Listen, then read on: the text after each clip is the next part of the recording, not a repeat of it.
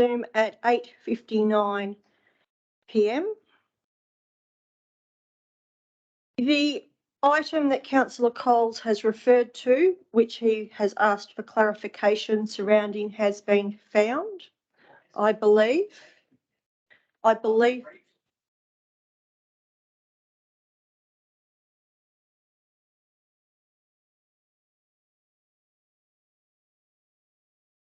you right, Councillor Coles? We believe we have found the minutes which Councillor Coles was referring to, which come from the minutes from the 11th of October 2021.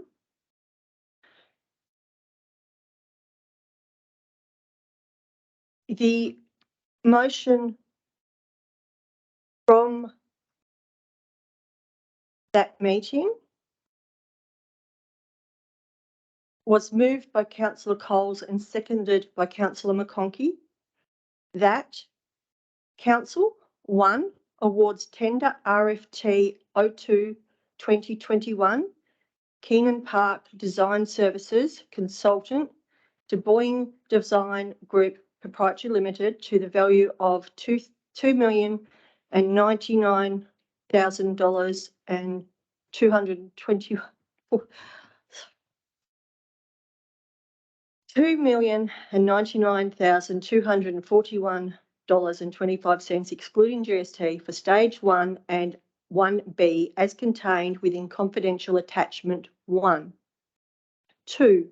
Authorises the Chief Executive Officer to sign a contract on behalf of the Shire of Serpentine Jarrahdale for tender RFT 02-2021 Keenan Park Design Services Consultant. 3. Approves partial funding of Keenan Park Recreation Precinct detailed design by reallocation of municipal funding for Rowley Road Rehabilitation Project and the BMX track capital expenditure from the BMX track reserve. The amount debited to the Keenan Park planning capital expenditure was $164,426,000, was a decreased expenditure which for Rowley Road Rehabilitation capital expenditure. The reason, the additional funding required for Keenan Park planning capital expenditure to be funded by reallocation of municipal funds for Rowley Road rehabilitation. BMX track capital expenditure to increase expenditure is $478,296,000. Transfer for the BMX track reserve is a decrease to the reserve $159,432. Transfer from Community Infrastructure Reserve, the decreased reserve is $318,864,000. The reason? Shire's contribution as part of the DIDCP towards the design costs of the BMX track and pump track. 4. Authorises the Chief Executive Officer to advise and negotiate the revised timeline of Milestone 3 to the 30th of June 2022 under the Financial Assistance Agreement. 5. Authorises the Chief Executive Officer to negotiate an early works agreement for $3 million of the remaining $18 million with the DLGSC in accordance with the FAA for the construction of early works portion of the project. The draft early works agreement is to be brought back to Council for endorsement. 6. Requests the Chief Executive Officer develop a stakeholder engagement plan and terms of reference for the stakeholder reference group and submit to Council for endorsement. This motion was lost to 7. Councillor Bias requested that the votes be recorded. Councillor Coles and McConkie voted for the motion. Councillors Rich, Atwell, Bias, D'Agostino, Denham, Strange and Strawtons voted against the motion. The council resolution officer's recommendation was then put, moved by Councillor Rich, seconded Councillor Denham, that Council 1 awards tender RFT 02 2021 Keenan Park Design Services consultant to Boying Design Group Proprietary Limited to the value of $2,099,241 and 25 cents, excluding GST for stage 1A and 1B as contained within confidential attachment 1. 2. Authorises the Chief Executive Officer to sign a contract on behalf of the Shire of Serpentine Jarrahdale for tender RFT 02 2021 Keenan Park Design Services Consultant. 3. Approves funding for Keenan Park Recreation Precinct planning by reallocation of municipal funds for BMX for Briggs Park drainage and the BMX track capital expenditure from the BMX track reserve. Keenan Park planning capital expenditure increase expenditure by $164,426. Briggs Park drainage capital expenditure decrease expenditure $164,426.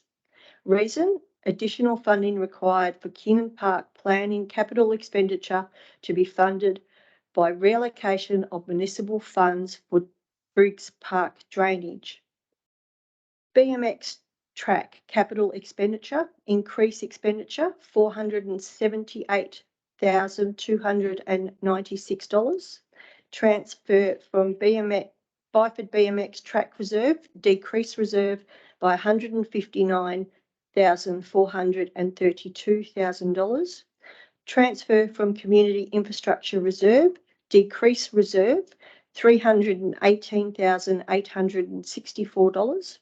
The reason: Shire's contribution as part of the CIDCP towards the design cost for the BMX track and pump track. 4. Authorises the Chief Executive Officer to advise and negotiate the revised timeline of Milestone 3 to 30th of June 2022 under the Financial Assistance Agreement. 5. Authorises the Chief Executive Officer to negotiate an early works agreement for $3 million of the remaining $18 million with the DLGSC in accordance with the FAA for the construction for early works portion of the project. The draft early works agreement is to be brought back to Council for endorsement. 6. Requests the Chief Executive Officer develop a stakeholder engagement plan and terms of reference for the stakeholder reference group and submit to Council for endorsement. This motion was carried 8-1. Councillor Denham requested the votes be recorded. Councillors Rich, Atwell, Bias, D'Agostino, Denham, McConkie, Strange and Straughtons voted for the motion. Councillor Coles voted against the motion. Councillor Coles, I hope that satisfies the concerns you had earlier. Madam President, I can only go off my memory. I would have it corrected, and thankfully this is being audio recorded. I didn't agree that is actually the motion. If you say you believe it's the motion, then it may well be, and I've got some homework when I go home to try and find the motion I thought I was talking about. I also find it, and I'll put this on the record, I find it concerning that the staff took that long to find the motion I was talking about. I'm concerned that we don't know where our money's being spent in this Shire, so I put that on the record. Thank you. Councillor Coles, I can assure you that the staff have worked very diligently to find the item and the motion that you stated was there. They have gone back through the records through the financial movement of funds through different reserves and have not been able to find a area where there has been money moved from the Briggs Park Drainage Reserve to the Rowley Road Rehabilitation Project.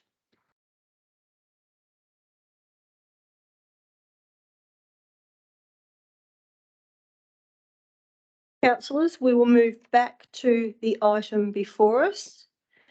We are up to, I have spoken against the motion. Do we have any councillors that would like to speak for the motion?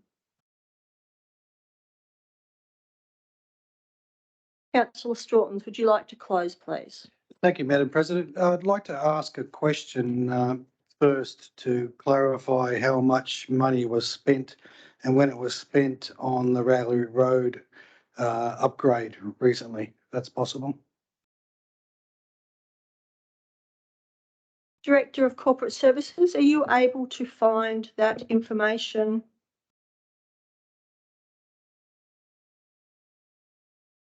The Director of Infrastructure might be able to answer that question. The Director of Corporate Services can't.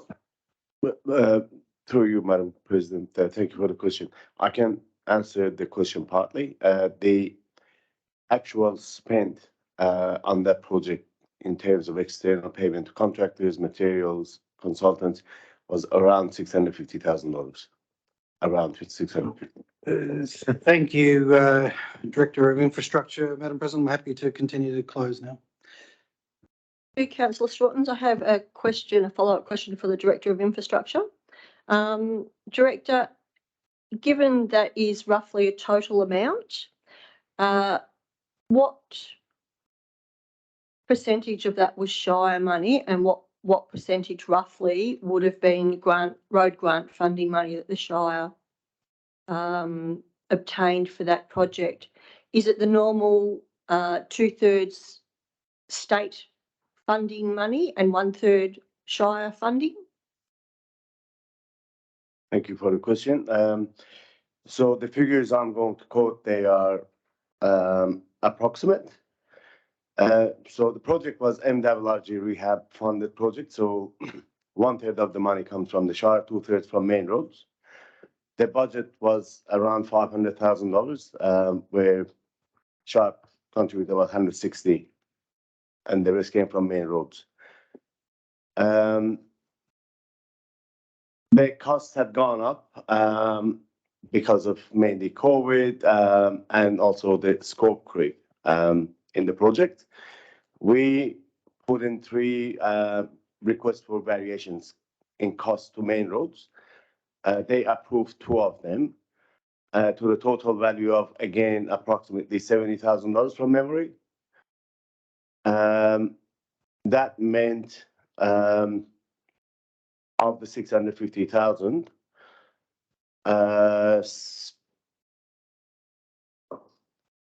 close to 420 was from main roads and 200,000 from the Shire, roughly. Thank you, Director. Councillor Strawton, would you like to close, please? Thank you, Madam President.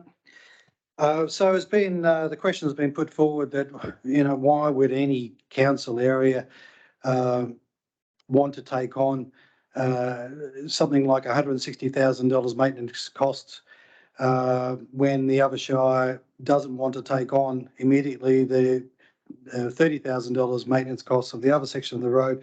And the answer to that is quite clear. If I was living in Oakford, I'm not so sure. Well, I know I'm so sure. I'm very sure that I would not be so happy about Rowley Road being turned into a major trucking route. I'd like to see it maintained semi-rural. So if the City of Armidale didn't want to take up the road, then as a resident, I'd be happy about it. But from the City of Armidale's perspective, we know full well, and it's been documented here in our own Shire for a Mundijong industrial estate, it would bring in about $4 million of rates per year to our Shire. So that's a nice, big, attractive pull to the City of Armidale to take over Rowley Road, which is necessary for their project to implement their industrial area. So their equation is a lot different to just a basic 2 bits of road and the costs. Furthermore, we've just heard that our Shire has managed a bit of an upgrade of Rowley Road to the sum of $650,000. Now, okay, I'm not going to get into arguing that's $200,000 of our ratepayers' money that's potentially lost. Let's look at it from Armidale's perspective. They've got $650,000 of investment in the road that saves them from having to do that themselves. So that's a huge advantage to the City of Armidale.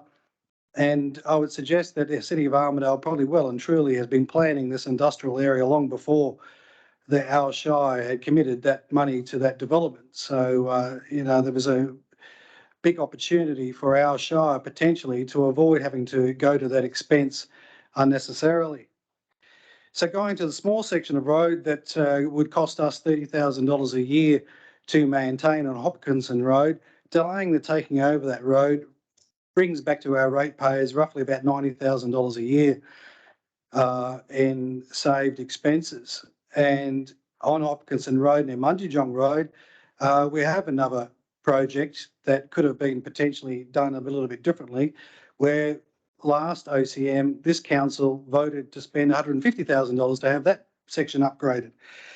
So at every opportunity, we need to look to the efficiencies that can be gained for our ratepayers, because we have these unexpected expenses that have gone into that become unnecessary, that maybe could have been avoided had we known from partners earlier of their intentions to use these roads for different purposes, such as the Mundijong Hopkinson roundabout or the Rowley Road in this question. So to conclude, absolutely, Armidale gets a win, has already received a win of $650,000. They'll receive a win of about $4 million in ratepayers' money. Absolutely, it's probably not Armidale Shire residents or council residents that are going to pay for the Rowley Road upgrade. It's going to be justified by their industrial park to gain main roads funding. As we just heard, usually it's 2/3 funding to upgrade Rowley Road. They might get even more of it, considering it's part of the new trucking route going to the new outer harbour. So therefore, it's a simple equation. Let's cause less hassles. If you want to be very concerned for our City of Armidale, let's don't take over the road going to the industrial tip now. Let's take over the road once they're probably finished using the tip. If our concerns for City of Armidale are primary, let's be happy we spent $200,000 of our ratepayers' money unnecessarily. Let's be happy that we're going to turn our Oakford residents' side road into an industrial trucking road instead of a semi-rural road. So therefore, let's be happy that we're helping the City of Armidale, if that's the concern on the side of the objectors for this alternate motion to put forward to the vote now. Thank you. Thank you, Councillor Strawton. All those in favour of this motion?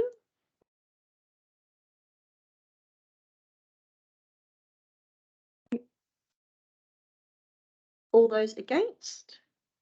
Thank you. Motion is carried 8-1.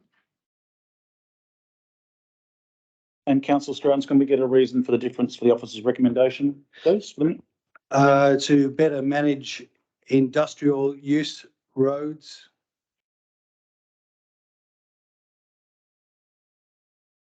Thank you.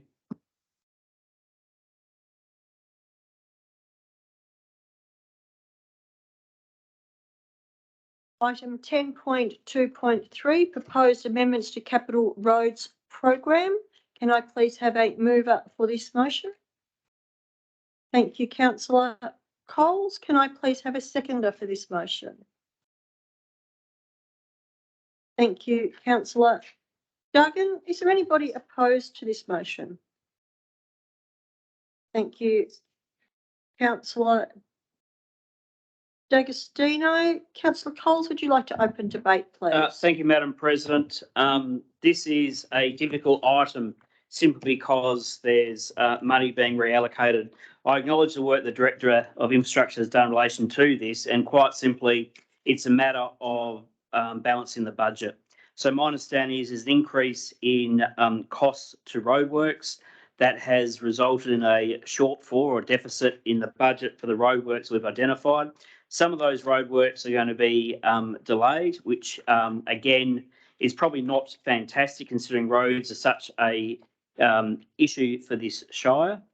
But we have gone back. When we say we, I acknowledge the staff have gone back and have got extra funding for roads such as Nettleton Road, got extra funding for the Black Spot program, and got funding through the Metropolitan Roads Regional Group for the work that needs to be done. It's a priority system.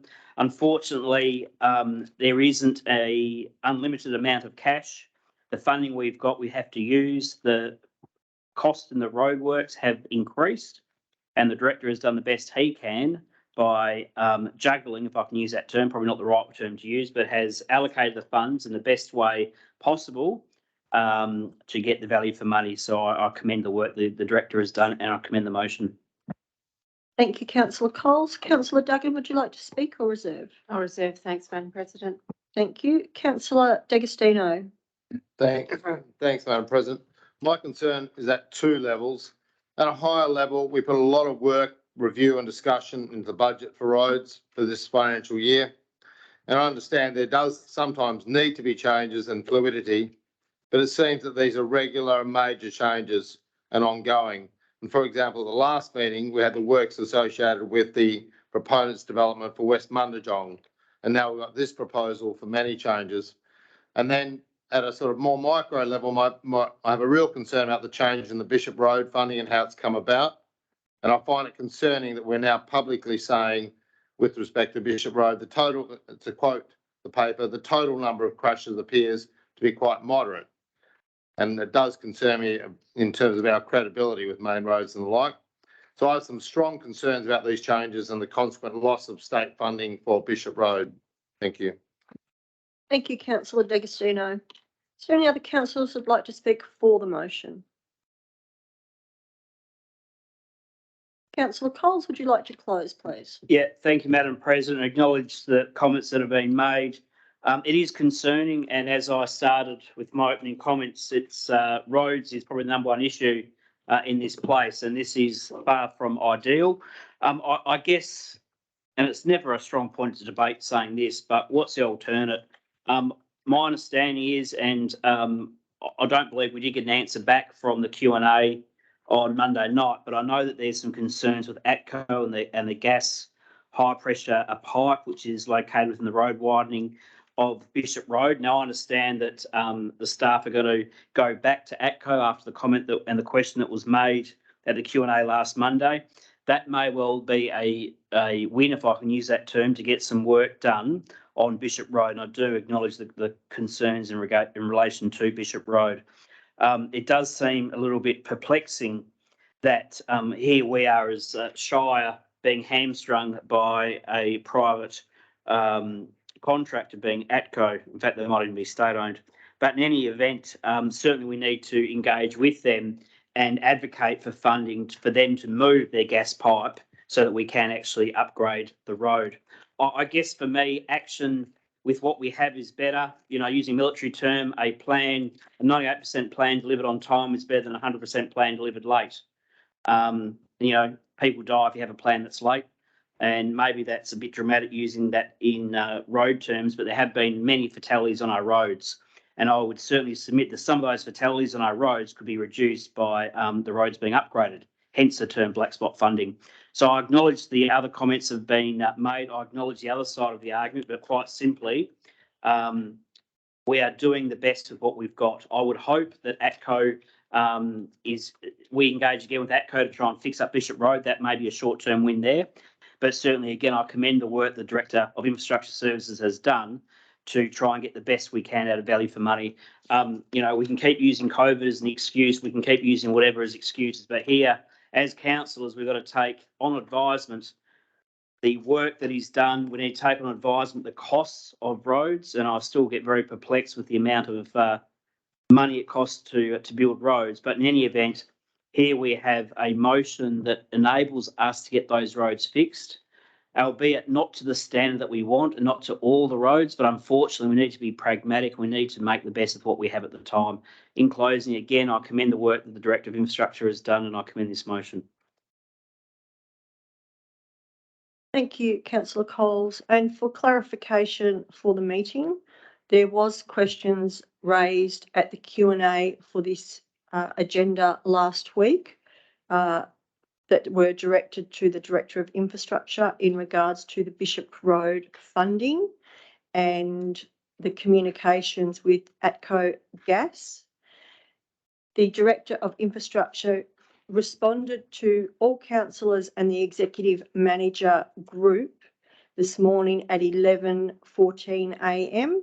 and fully informed councillors and the executive of the information that was requested by Councillor D'Agostino at last week's Q&A.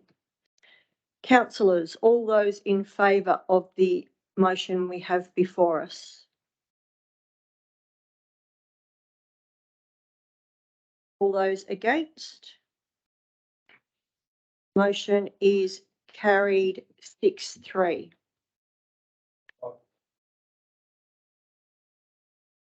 Thank you, Councillor D'Agostino. Minute Secretary, can we please record the votes?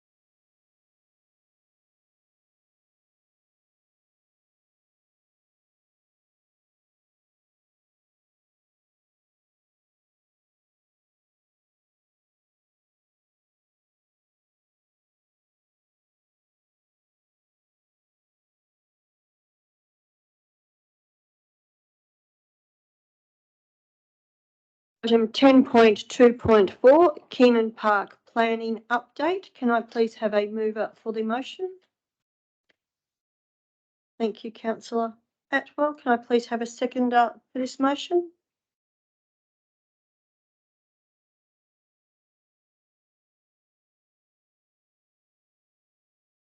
Thank you, Councillor Bias. Is there anybody opposed to this motion? Thank you, Councillor Coles. Councillor Atwell, would you like to open debate, please?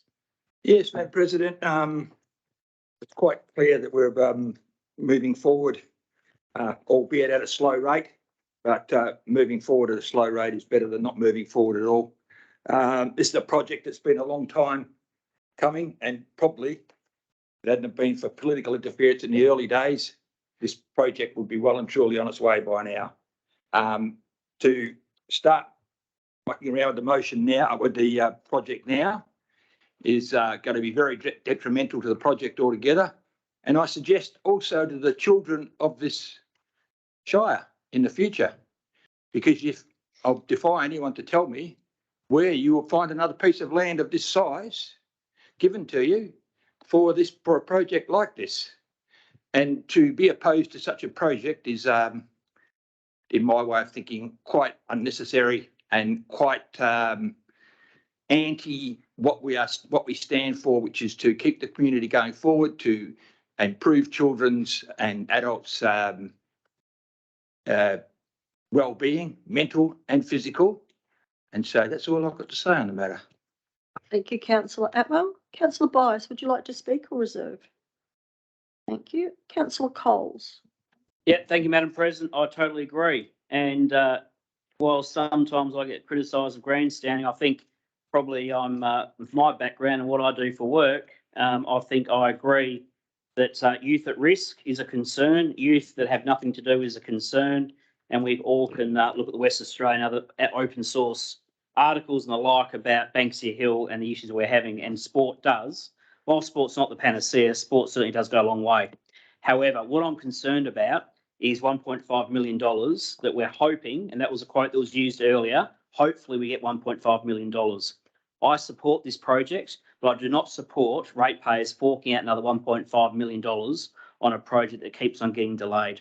First, it was Aboriginal artefacts, then it was birds, cockatoos, and now it's water. I commend the project, but what I'm concerned about is finding $1.5 million. And unfortunately, councillors, hopefully doesn't cut it with me.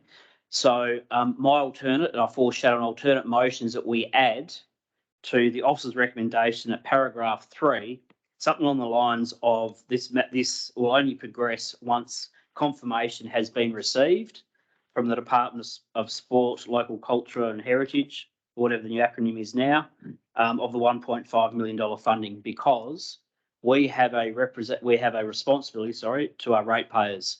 And unfortunately, our ratepayers aren't cash cows, and we don't want this project to keep going on and on and on at the costs to the ratepayers. So I would foreshadow an alternate motion, ensuring we get that $1.5 million from the government.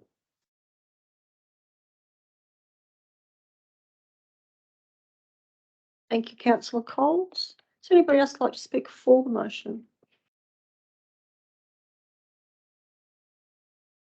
Councillor Atwell, would you like to close, please?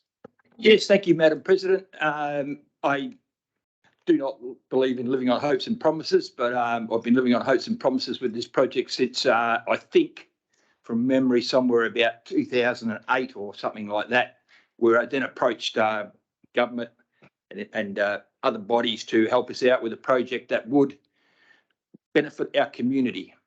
Now, I don't know what price you put on benefiting your community, and albeit I don't want to spend $1.5 million of ratepayers' money on something like that. I'm just on a whim, but I also would very much think that it would cost way in excess of $1.5 million if we don't do something with what we are with what we've got now. Because as I said before, to get a piece of land this big, to get the money that we already have is quite a feat, and did take quite a long time.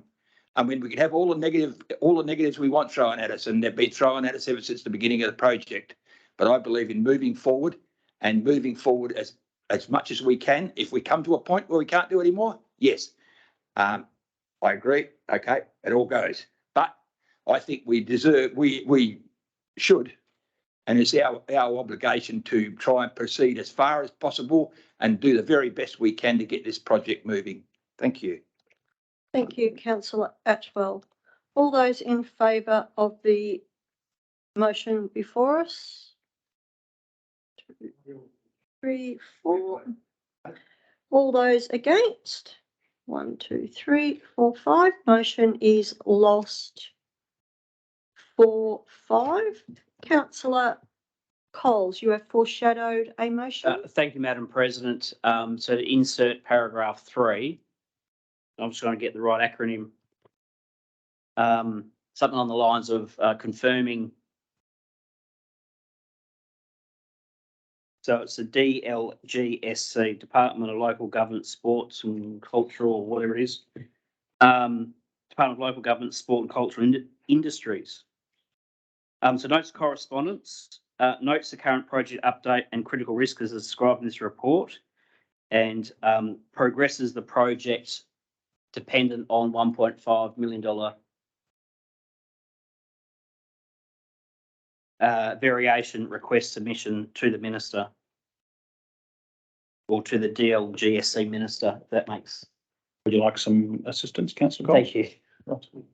So I guess my question back would be, is your number 3 proposing to not progress any work on the project until that has been received, or is it what's the So the intent, sorry, Mr. CEO, the intent is to get the $1.5 million and go forward.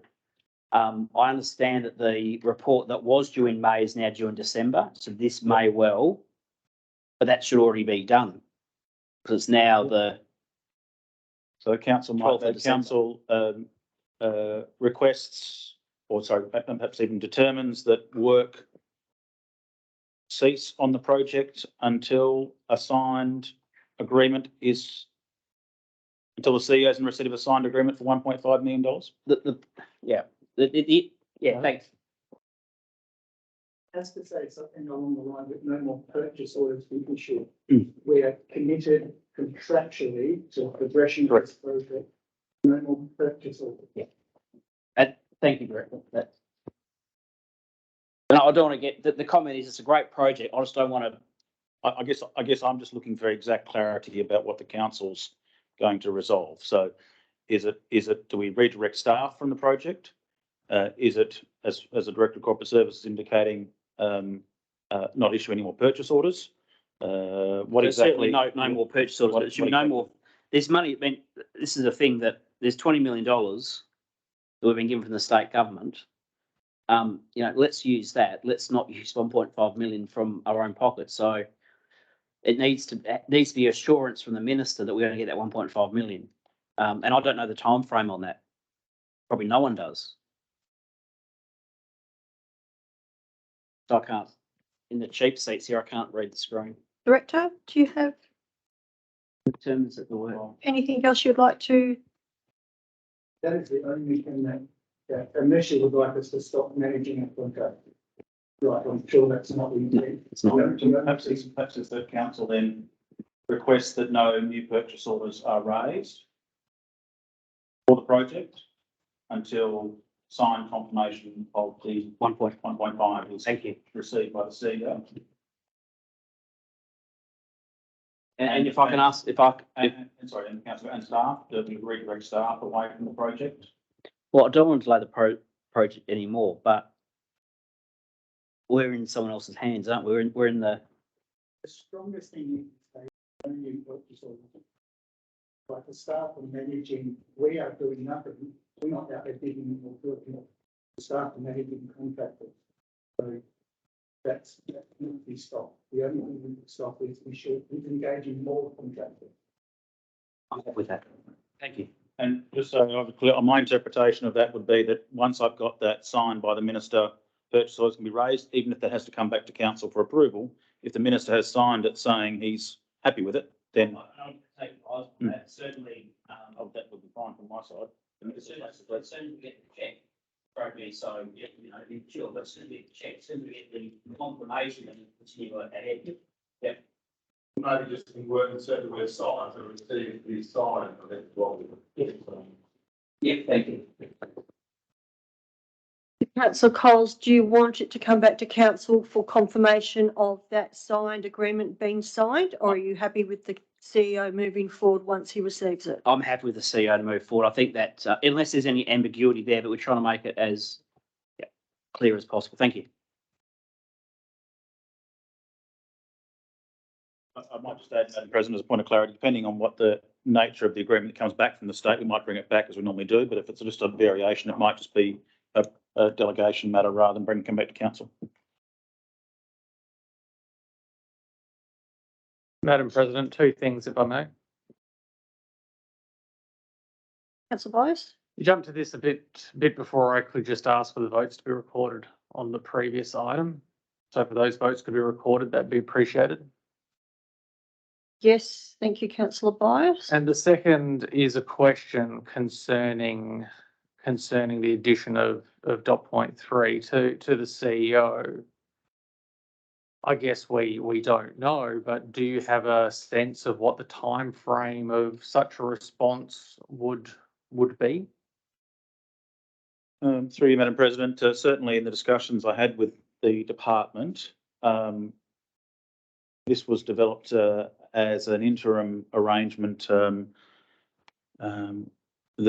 harder answer to the question is how long will it take the government to decide whether they retain the commitment for the existing $20 million, which I think is in no doubt, or whether they want to add to that to fund the second oval. That might take some time. This is a much easier outcome for them to essentially allocate further funds of the already committed major project, and therefore should not take as long to achieve. But that's down to government process and how long it takes for the minister to review it and sign it. So I've been advised to probably expect something back end of January, February, but that would just, I wouldn't like to commit to that because it's not our processes, really. Thank you, Mr. CEO. Madam President, if I can just ask a quick question of the CEO as well. CEO, if this resolution is passed, is it communicated to the minister? We would certainly communicate it to the department, yes, and they would probably pass it on to the minister. Thank you very much.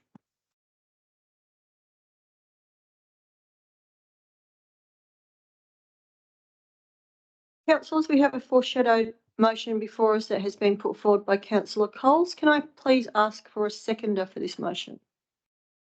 Thank you, Councillor Strawtons. Is there anybody opposed to this motion?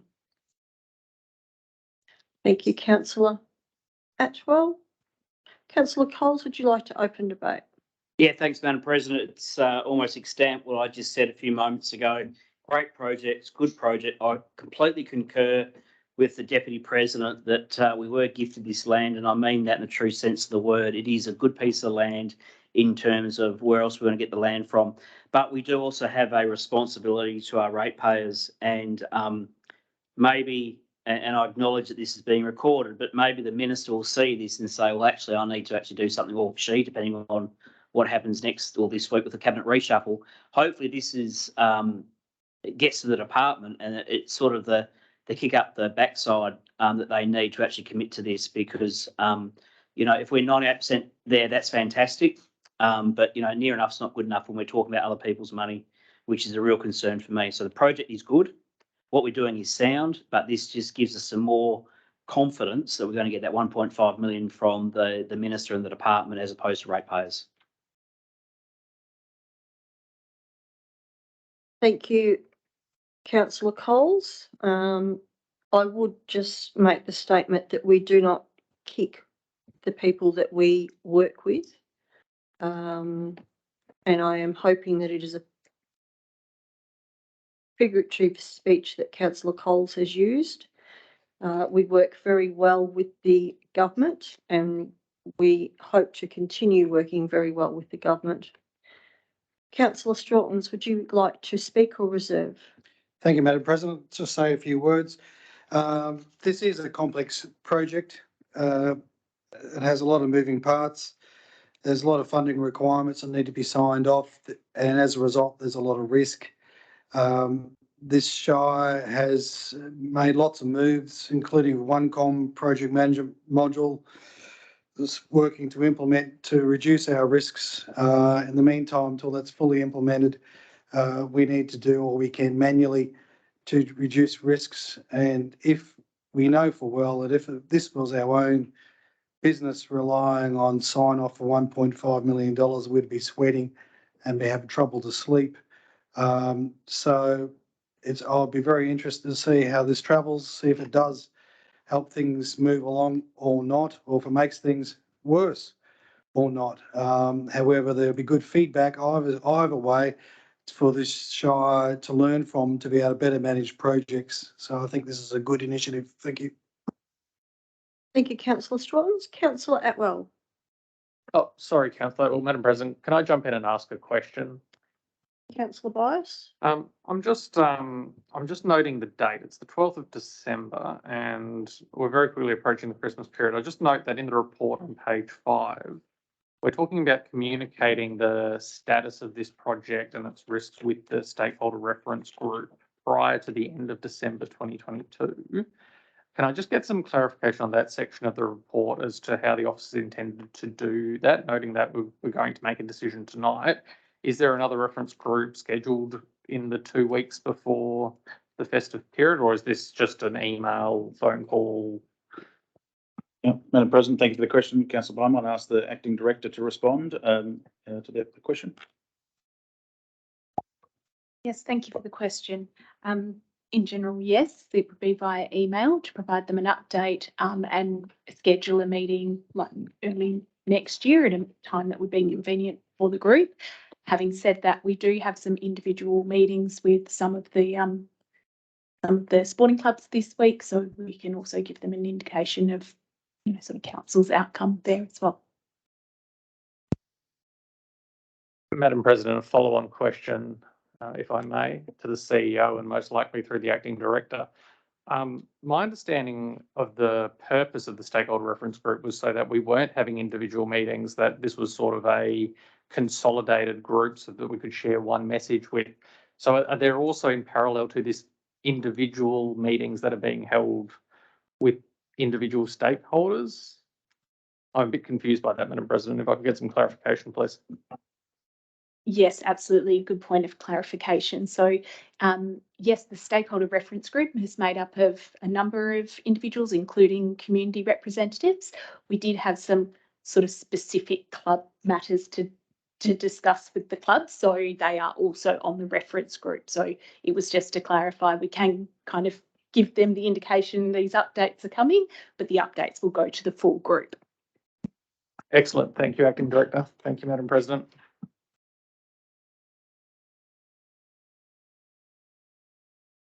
Thank you, councillor Bice. Councillor Coles. Thank you, Madam President. I don't want to necessarily fall on my sword, but I think we probably need some clarification on this because I didn't realise which is the minister, because actually I just Googled it.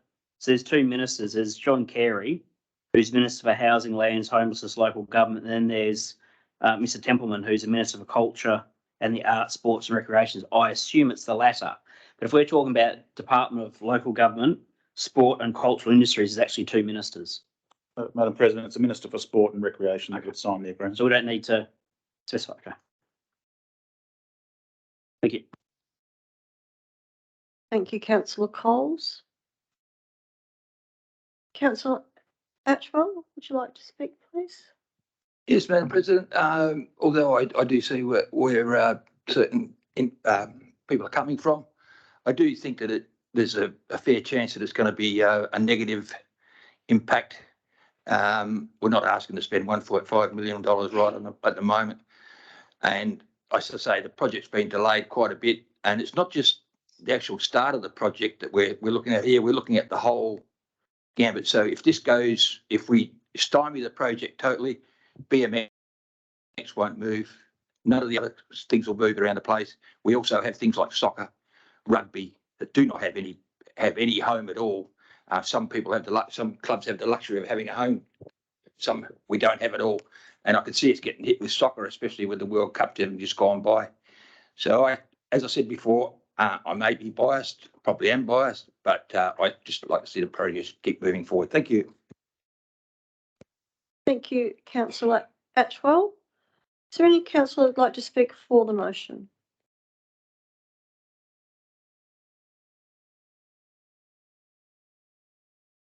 Councillor Coles, would you like to close, please? Thank you, Madam President. Do we need to wait for the CEO or not? Councillor Coles, you can No. close, Okay, please. thank you. I wouldn't say people in the room are biased. I think people in the room that have spoken for and against are passionate, and that's what we want. We want councillors who are passionate, that are here for the right place. So please don't put yourselves down because you're here doing the right thing. And I think to have a respectful, honest and open debate like this is a good thing. And to that end, Kiernan Park's a good thing. But being responsible with ratepayers' money is also a good thing. I hope the minister comes up and signs the cheque, so to speak. And I must use better terminology now because I don't want to be corrected on being inappropriate. But certainly figure of speech of giving a kick up the pants. I would certainly never disrespect a minister of the Crown in that extent. But in any event, what we need to do here as councillors is to be responsible and responsive to our community. And this, I think, does that. We're still progressing with Kiernan Park, but what we're doing is making sure we get 1.5 million from the government, which hopefully, and I suspect, the assumption is that that's a fait accompli. So let's get the check, let's get the agreement signed, and then we can move forward and deliver a project that's a good project and it's funded properly. Thank you. Thank you, councillor Coles. All those in favour of this motion?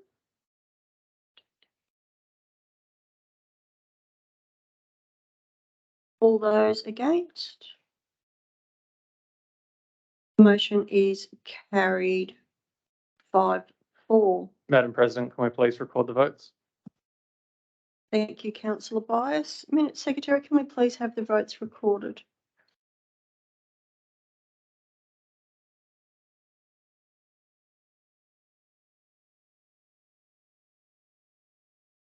Councillor Coles, can we get a reason for the difference for the officer recommendation, please, for the minutes? So I want to say something before we start talking, because what I want is to be couched and just be financially responsible and be financially appropriate the rate payers. That's basically how we couch, how we do that in proper local government speak.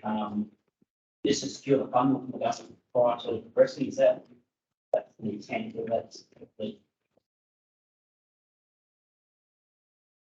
It is your wording, councillor Coles. It is your foreshadowed motion. Yeah, thanks, Madam President. I think the CEO stacked up with,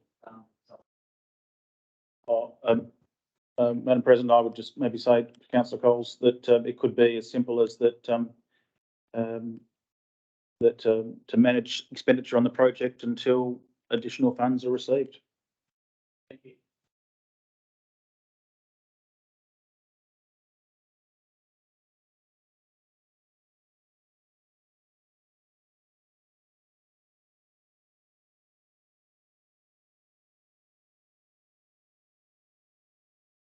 Item 10.3, corporate services reports. 10.3.1, confirmation of payment of creditors November 2022. Can I please have a mover for this motion? Thank you, councillor Duggan. Can I have a seconder, please?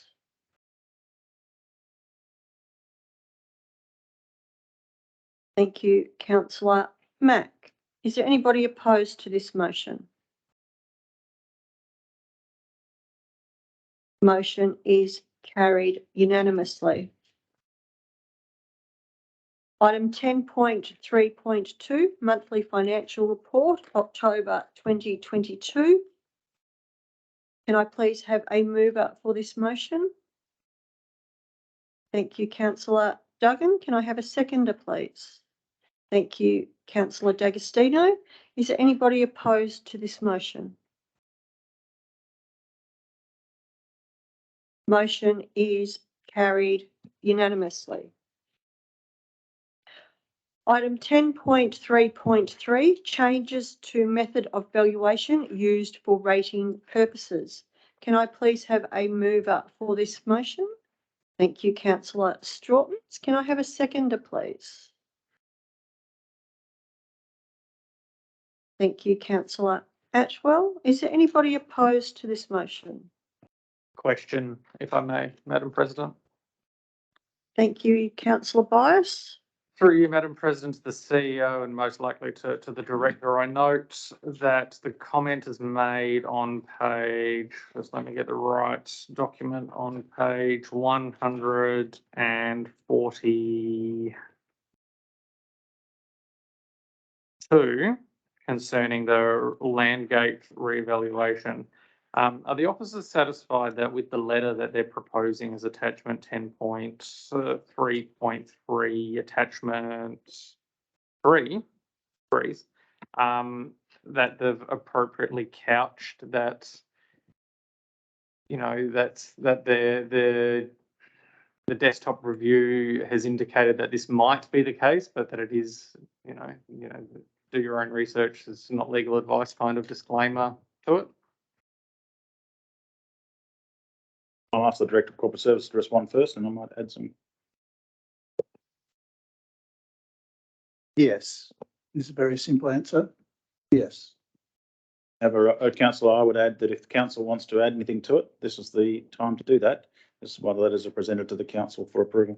I'm not proposing any amendments. I just want to make sure that the officers have considered the letter and that they're ultimately going to be at the front line when people call up, and they'll be waving that letter around, that you're satisfied that it's appropriately worded, and that it clearly communicates the Shire's position.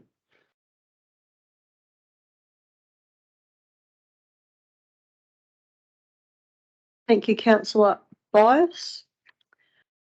Is there any further questions? Is there anybody opposed to this motion? Motion is carried unanimously.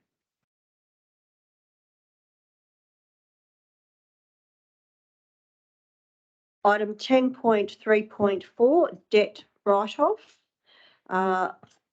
This item has been withdrawn from the agenda for this meeting and will come back to council at a later date.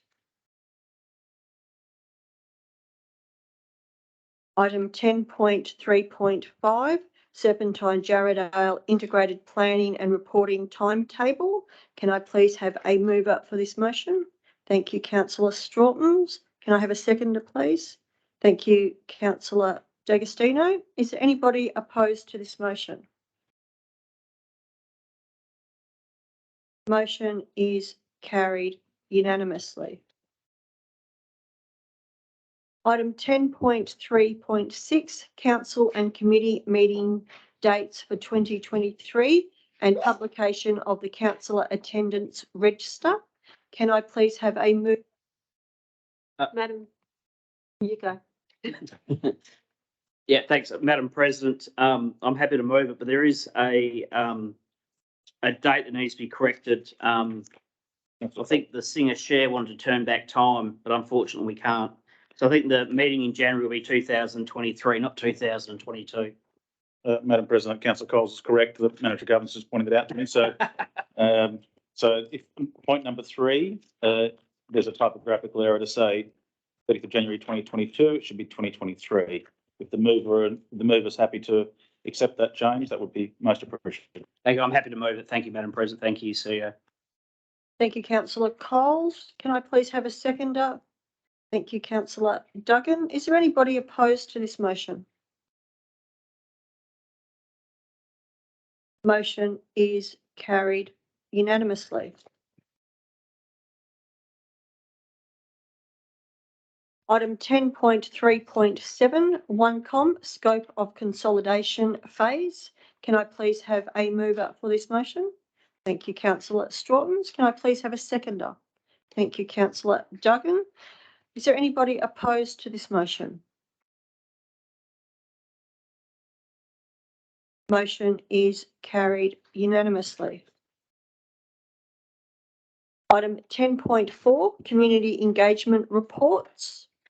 10.4.1. Well, Madam President, could I propose an alternate motion, please? Councillor D'Agostino. And apologies, the director did help me with an alternate on Friday, and I thought I had circulated it and I hadn't. I've circulated it to the Manager of Governance, but maybe while they're waiting. So there's no change to paragraph 1.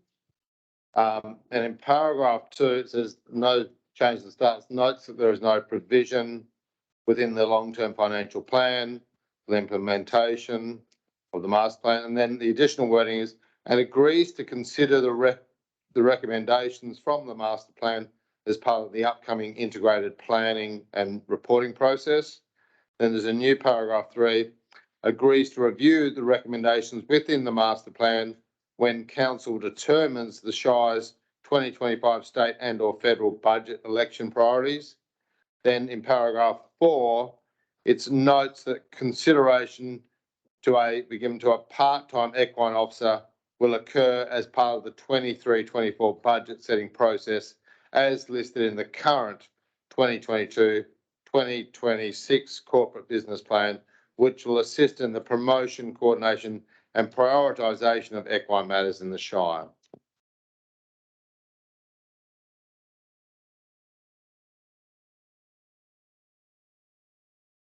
As I say, apologies, the director did help me, and I thought I had sent it on, I hadn't, so.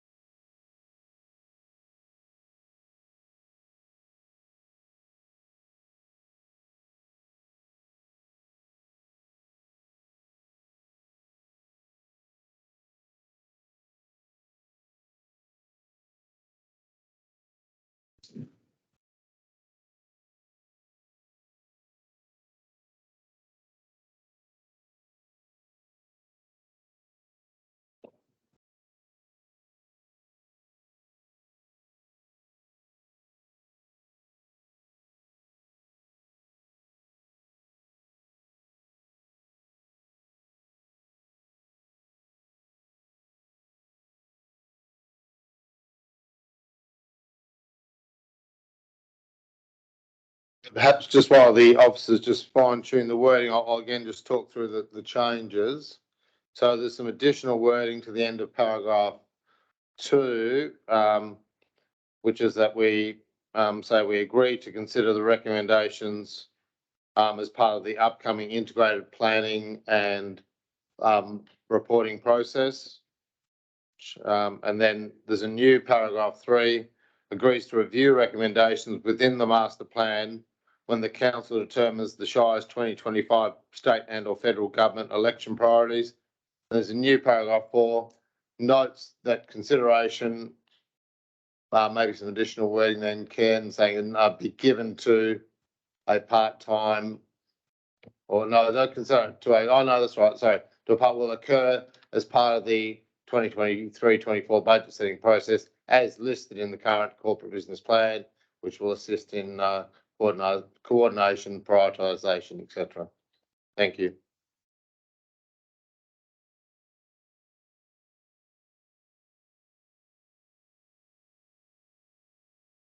No, that's fine. I think it's a good governance, now for state or federal. Steve, are you happy with that? Thank you.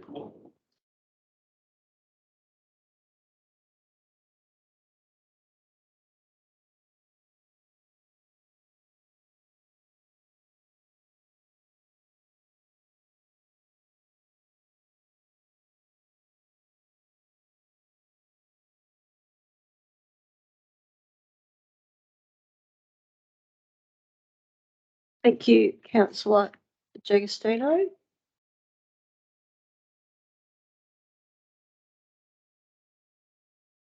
Do we have a seconder for the alternate motion before us? Thank you, councillor Strawton. Given that this has just been put before us and that councillors have not had the opportunity to view this alternate motion, is there any questions from councillors?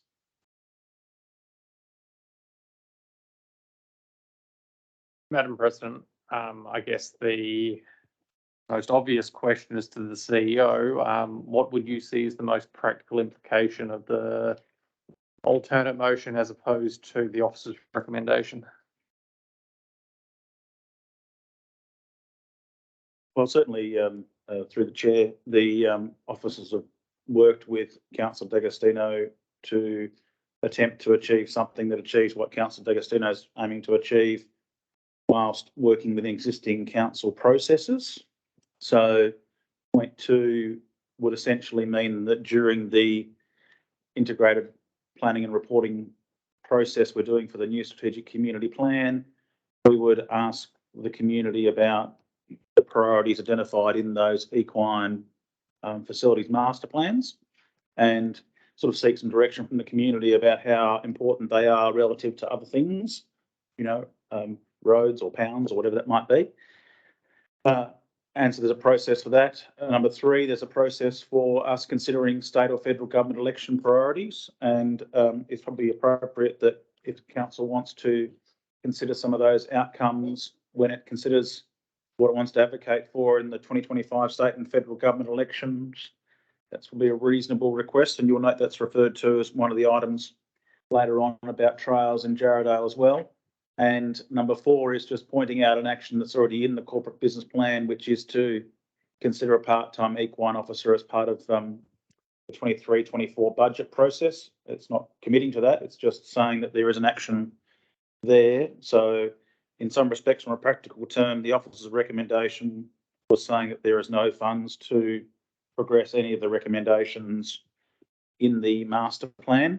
And this, I guess, we'll ask the community about that relative to other projects, and would also then provide an opportunity for the council to consider that when it sets its election priorities.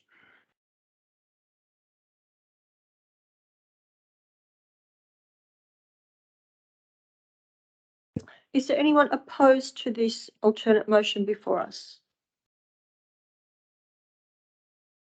Motion is carried unanimously.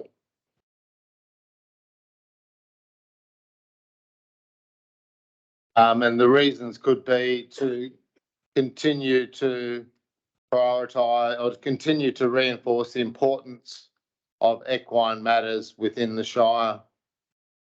To continue to reinforce the importance of equine matters within the Shire, something like that.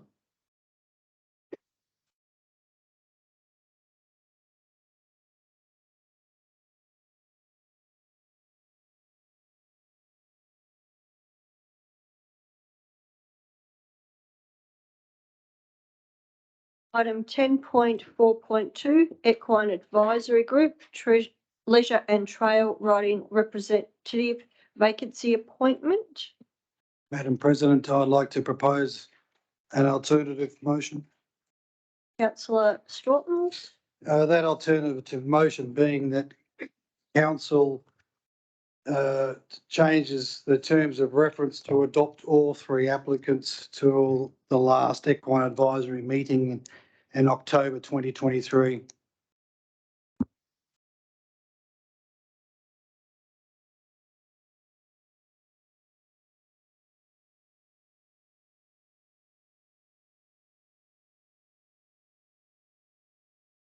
Would you like some assistance with the wording of the motion, perhaps, councillor, to help with that?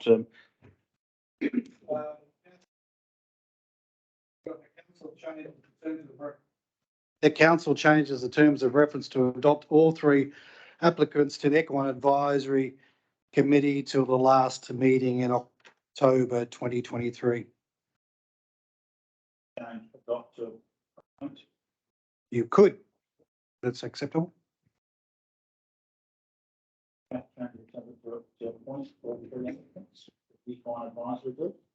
And did you say an end date to? The last Equine Advisory, well, the last meeting in October 2023, because it doesn't define before, at the start or the end of October, so I thought it appropriate to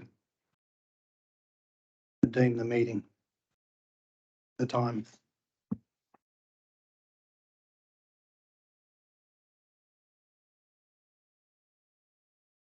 Manager Governance has just pointed out a good point that generally we make the appointments to the next ordinary election, which is the same thing. Are you happy for that wording to be?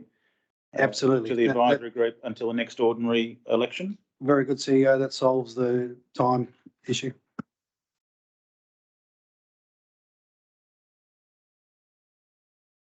Could I ask a question, Madam President, while they're drafting that up?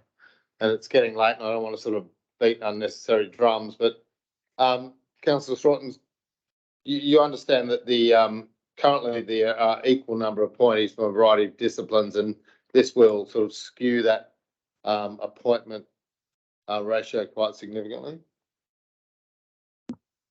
Councillor D'Agostino, yes, I'm aware of that, but I don't see that participants on the Equine Advisory Committee to be thinking in silos. I see them to have all of them to be pro-equine matters, and as we just had the previous agenda item was dealing with an equine master plan that required involved trails that was multi-million dollars to be spent on them. I think the more participants, the more brains, the more eyes, the better.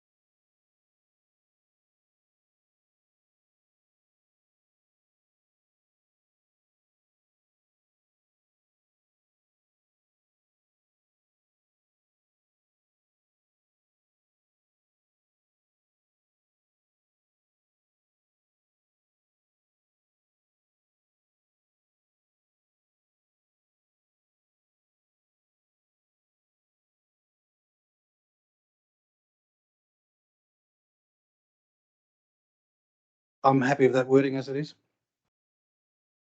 Even with the capitals makes it even better.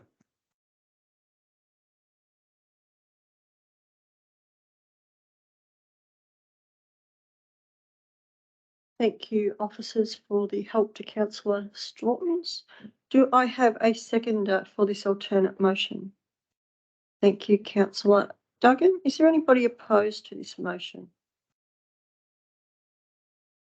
Councillor Strawtons, would you like to open debate, please?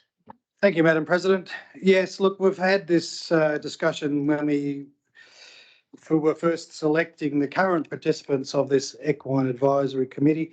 And it took some time, obviously, to get a representatives from each of the different segments of the equine industry within our shire. And unfortunately, that somewhat Puritan approach also excluded some other very good applicants that are interested and would like to contribute to this group. And we all know that not all participants, all those elected or appointed to this group, attend all meetings, and then certainly meetings that I've attended have not had near enough all the appointed participants attending. As I already stated to Councillor D'Agostino, I don't see the equine pro people in this shire to be thinking in silos only about their own interests. I see they understand that the industry is stronger the more variants of the equine industry are strong and growing. These applicants, of course, are from the leisure riding sector in a sense.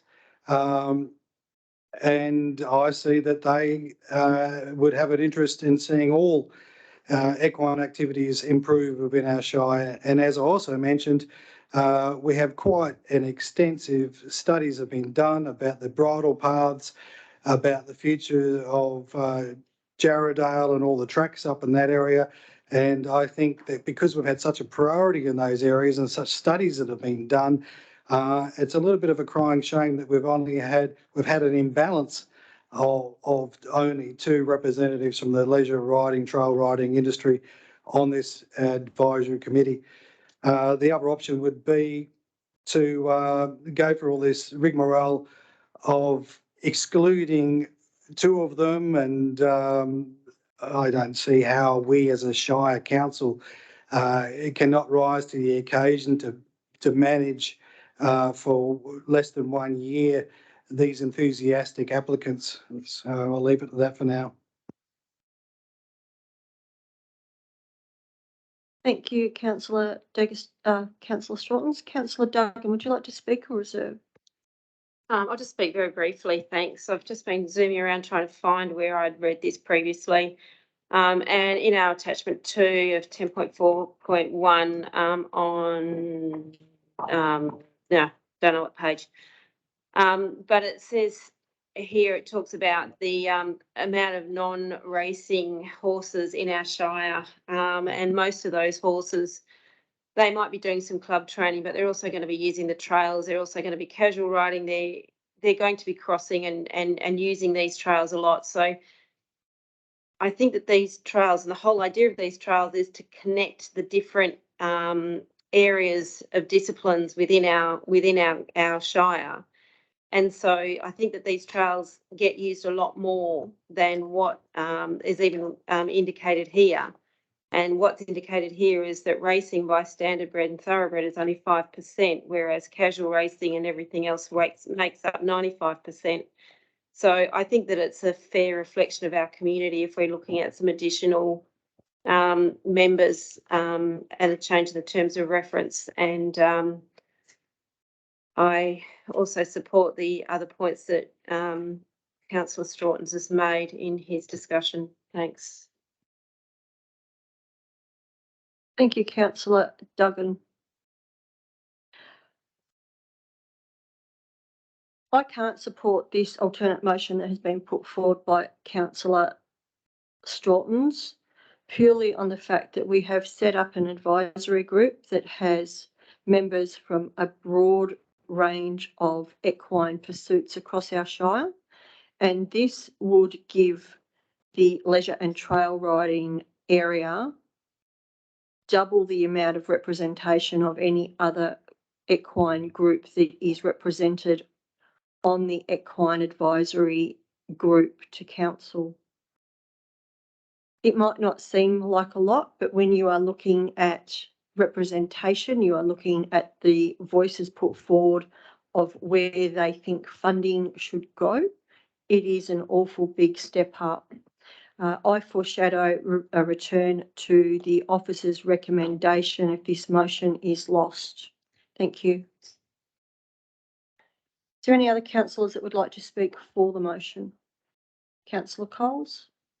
Yeah, thanks, Madam President. This is something that caused me some angst about picking one of the three. And I won't go into details, it's obviously confidential. But what I would say is that I couldn't really split the three of them, and I was sort of going down to how long they lived in the area, whether they actually ride the trails, and it was very, very difficult to try and separate the three. At the end of the day, we've got people who are part of the community, people who live in the Shire that want to be involved. Notwithstanding the comments that have been made, and that may well have some points. You don't want, too many cooks on a committee, but I think the reality is all three of them can provide some benefit to the committee. It's not as if they're completely outliers. They're well and truly involved in what I would submit the equine industry is trying to do, what the equine advisory group's trying to do. And I think the comment's been made only until the election next year, which is less than 12 months, or 10 months, which is scary in itself. But 10 months' time, and then it can be reassessed from then. But I think it's really important to have the three people involved. They all have good skills. They're all going to be relevant, and they're all going to provide good skills to the equine advisory group. So I certainly commend the motion. Thank you, Councillor Coles. Is there anybody else who would like to speak against the motion? Councillor D'Agostino. Thanks, Madam President, and I understand the rationale for the alternate motion that's been put forward.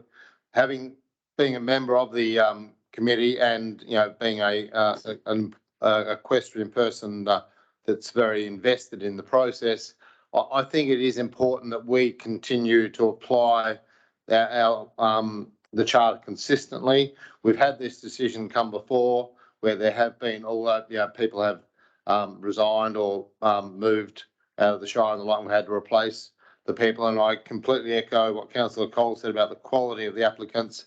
But I think it is important to keep that ratio between the various disciplines consistent, and that we apply the terms of reference as we've agreed them. And hopefully these quality applicants will represent again when the time comes next year. Thank you.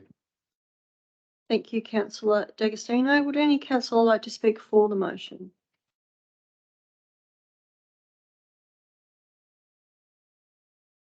Councillor Strawton, would you like to close, please? Thank you, Madam President.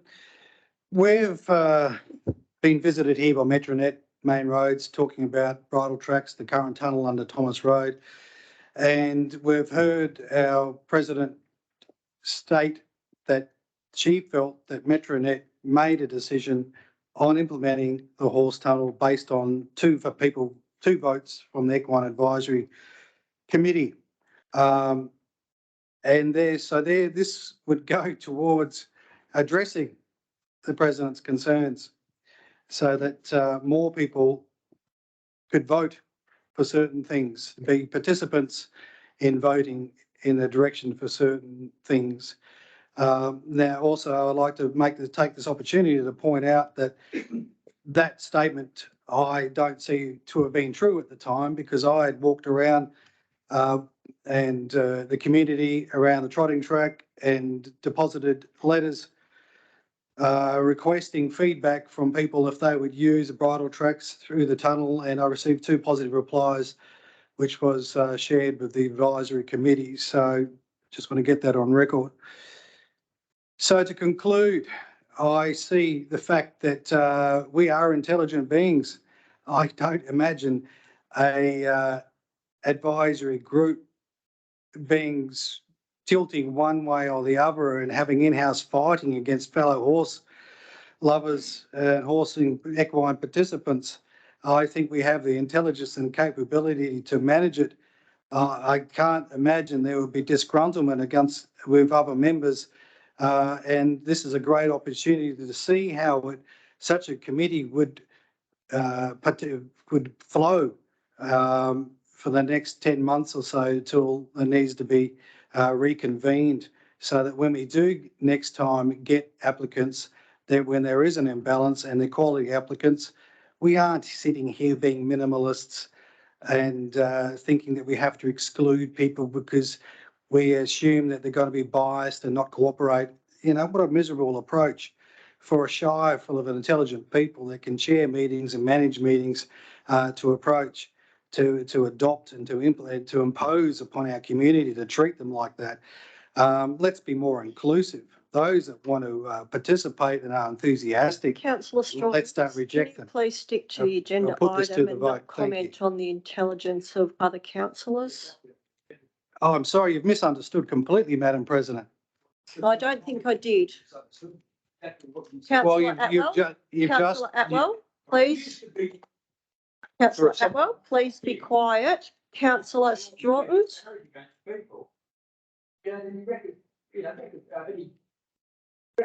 Madam President, please get control of the meeting. Have you finished, Councillor Stratton? I would like to write a reply, please, Madam President. Councillor Stratton, have you finished your closing? I have. Thank you.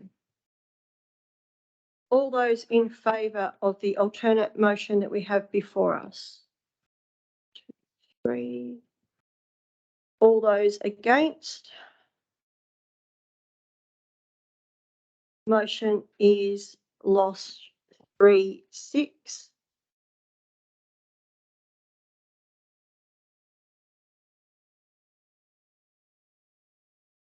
I have foreshadowed a return to the officer's recommendation. In doing so, I put forward the motion that point number 1 appoints one external member to fill the leisure and trail riding representative vacancy on the Equine Advisory Group from the list at confidential attachment 2, being applicant 2. 2, endorses the remaining nominations received and approves these applicants be appointed to any further relevant representation of vacancies over the remaining term of the Equine Advisory Group for the leisure and trail riding representation being October 2023 in preferential order, applicant 1 and applicant 3. Can I please have a seconder for this motion? Thank you, Councillor Atwell. Is there anybody opposed to this motion? Councillor. I'm not sure, Madam President, what's on the screen is what you mean.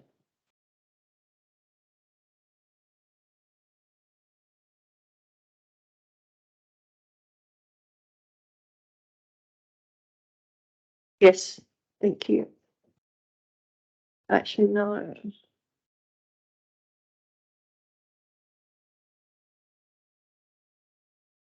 Yes, thank you. Councillor D'Agostino, you are opposed? Can I just clarify, and apologies, I thought we went through a polling process last time we did this, not so much a nomination and then let's assume this nomination is defeated and we go to another one. I thought we had a polling process. Can I just see a point of clarification as to how we elected the person last time? Off the top of my head, I can't recall, to be entirely honest. I might ask whether someone over in the. Not that I have a strong, I mean, it's getting late and, you know, I just thought my recollection was last time we had effectively a voting process. I'm happy to go this way and see how we go, but whatever's the quickest. Sure. Historically, council has adopted various methods to appoint members to advisory groups. In some cases, it is reverted to a vote, so a secret ballot. On other occasions, it has closed the meeting and debated the merits of each application. In other cases, council has expanded the terms of reference to include all. So various methods have been employed in the past.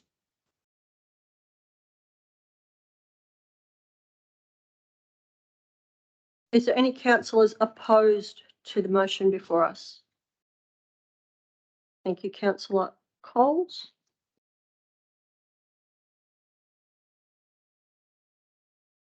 Madam President, just a word of caution, I guess, if councillors are going to start debating the merits of individual applicants, that probably should be behind closed doors if the councillors want to go to that level of discussion.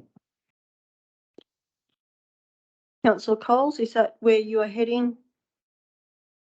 Oh, look, yes and no. The issue is I just don't know how you're going to separate the three. And I'd just like to know why number 2 was referred. There's something there that I haven't seen. I'd just like to know why number 2's above number 3, number 1. And maybe that can be done, or maybe even their location might even give it away. So maybe we have to go behind closed doors. Councillor Coles, would you like to move to go behind closed doors? Yeah, I'll move to go behind closed doors. Thank you. Can I have a seconder? Thank you, Councillor D'Agostino. All those in favour? 2, 3, 4, 6, 7, 8. All those against? Motion is carried 8-1. Can we please close the public gallery?